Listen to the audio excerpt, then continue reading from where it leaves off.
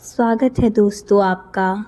आज मैं आपसे शेयर करने वाली हूँ एक असली घटना जो कि हमारे फ्रेंड ग्रुप के साथ सच में हुई है। वो हॉरर घटना जिसको हमने नाम दिया है वापसी की कोई राह नहीं। तो आइए शुरू करते हैं ये कहानी। ये कहानी है एक फ्रेंड्स ग्रुप की, जो कि साल 2022 की गर्मी में दिल्ली के 6 दोस्तों का ग्रुप राहुल, दिव्या, अंकित, तन्वी, मनु और नेहा उत्तराखंड की एक शांत और कम ज्ञात जगह पर ट्रैकिंग करने निकले। वे कुंडा गांव नाम की एक रहस्यमयी जगह की ओर जा रहे थे, जिसके बारे में सिर्फ लोक कथाओं में सुना गया था। गांव के बुजुर्गों की माने तो कुंडा गांव एक समय पर पूरी तरह आबाद था, पर अचानक एक रात सब खाली हो गया। लोगों ने दावा किया था कि वहां एक चुड़ैल का साया है, जो खास तौर पर परदेसी और अजनबियों पर कहर ढाती है। तो वो दोस्तों का ग्रुप पहला दिन गांव की ओर जब जा रहा था तो रास्ता बहुत मुश्किल था, पर जैसे जैसे पहाड़ी झरनों और घने जंगलों के बीच से होते हुए वे गांव के पास पहुंचे, सभी थकावट भूल गए। गांव एक पहाड़ी की चोटी पर था, चारों तरफ धुंध और पेड़ों की अजीब सरसराहट। गांव लगभग वीरान लग रहा था। कुछ जर्जर घर, टूटी फूटी खिड़कियां और हर तरफ सन्नाटा। राहुल बोला, ये जगह तो सच में भूतिया लग रही है। दिव्या हंसते हुए बोली, अरे डरपोक मत बनो, ये सब अफवाहें हैं। गांव में उन्हें एक बूढ़ी औरत मिली, झुकी हुई कमर, सफ़ेद जबरी बाल और आंखों में अजीब चमक।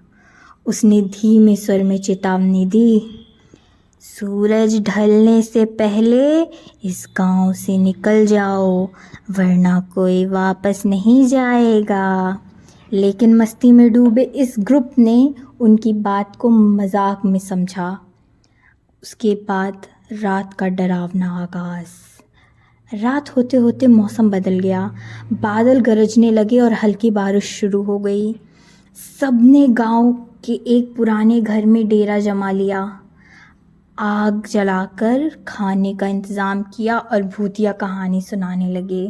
करीब आधी रात को नेहा ने चुपचाप सबको जगाया। दोस्तों, वो देखो, उस पेड़ के पास कोई औरत खड़ी है, सफ़ेद साड़ी में। सबने झांक कर देखा। सच में वहाँ एक लंबी औरत खड़ी थी।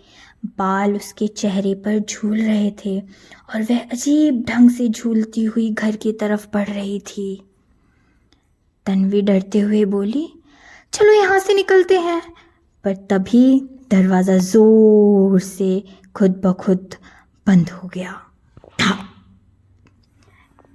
घर के अंदर सब एक कमरे में छिप गए। दरवाज़ा बंद कर लिया। बाहर से किसी के पैरों की खरोच की आवाज़ें आने लगीं, जैसे कोई नाखून से लकड़ी को चीर रहा हो। और फिर एक झटका, खिड़की का शीशा टूटा और एक अजीब सी चीख गूंजी।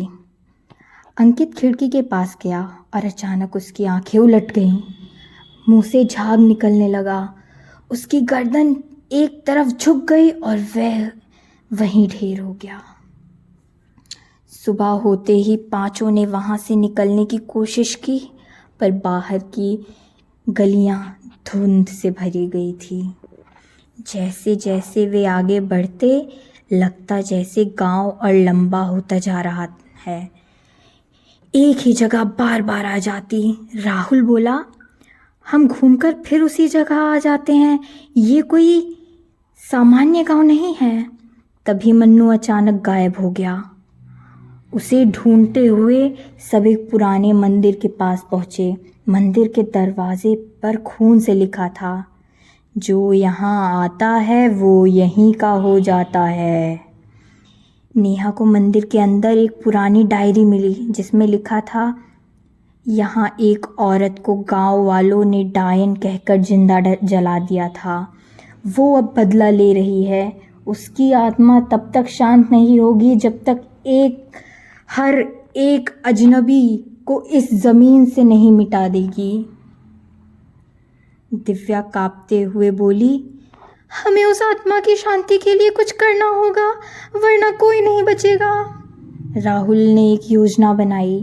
वे चिता जलाएंगे और उस डायरी में लिखे कुछ मंत्र पढ़ेंगे ताकि चुड़ैल की आत्मा को मुक्ति दी जा सके, लेकिन इसके लिए किसी को चिता में बैठना होगा, यानी कि एक बलिदान।